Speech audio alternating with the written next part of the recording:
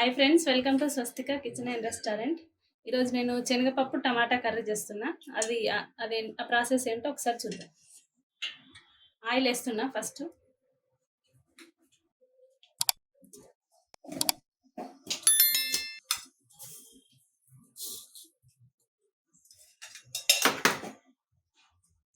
పోపు గింజలు ఇస్తున్నా.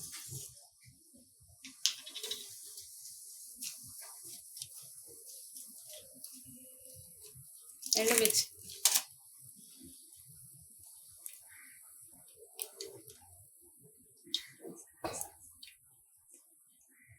ఆనియన్,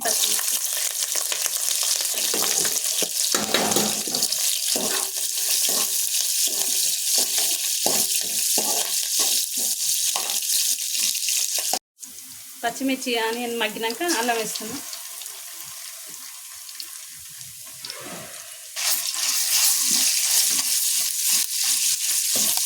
ఈ శనగపప్పు టమాటా కర్రీ రైస్లోకైనా చపాతీలోకైనా చాలా బాగుంటుంది. ఈ ప్రాసెస్లో మీరు ట్రై చేయండి, చాలా బాగుంటుంది ఖచ్చితంగా.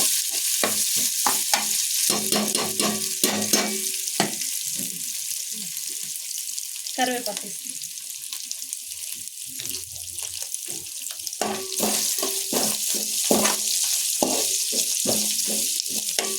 కరివేపాకు కొంచెం మధ్యలో పసుపు వేస్తుంది.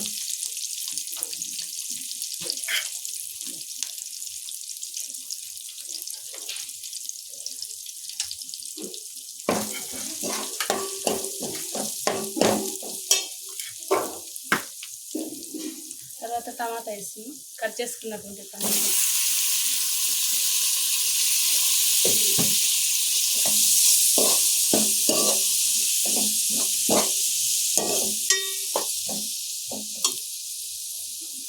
కొంచెం సాల్ట్ వేస్తే టమాటా తొందరగా మగ్గుతుంది.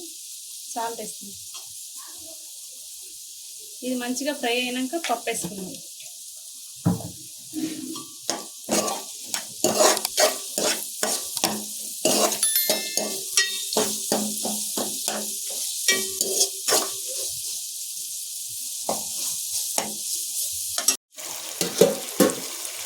చూడండి, టమాటా మంచిగా మగ్గింది. టమాటా మగ్గినాక మనం శనగపప్పు నేను కొంచెం ఉడకబెట్టుకున్నా, ఎందుకంటే డైరెక్ట్గా వేస్తే శనగపప్పు గట్టిగా ఉంటుంది. సో నేను ఉడకబెట్టుకున్నా కొంచెం.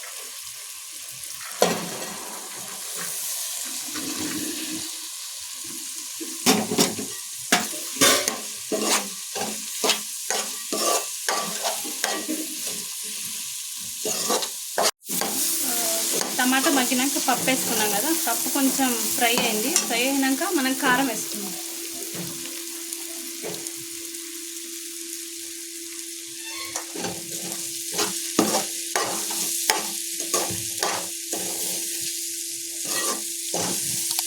ఒకసారి కలుపుతాం. ఆల్రెడీ పప్పు ఉడకబెట్టుకున్నది కదా, ఉప్పు వేసుకుంటే పెద్ద ప్రాబ్లం ఉండదు. మనం ఉడకబెట్టుకోకుండా డైరెక్ట్ వేసుకుంటే ఉప్పు వేస్తే పప్పు ఉడకదు. అట్లా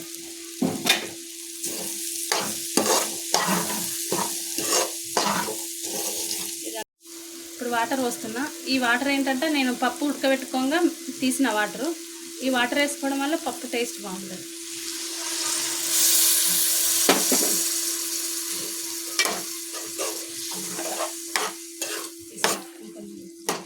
దగ్గరికి వచ్చిన తర్వాత దీంట్లో ధనియాల పొడి,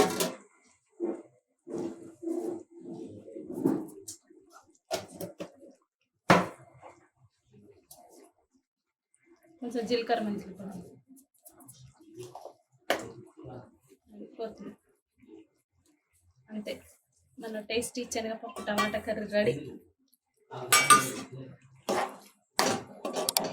మీకు కనుక ఈ వీడియో నచ్చినట్లయితే లైక్ చేయండి, షేర్ చేయండి, సబ్స్క్రైబ్ చేయండి. Thank you.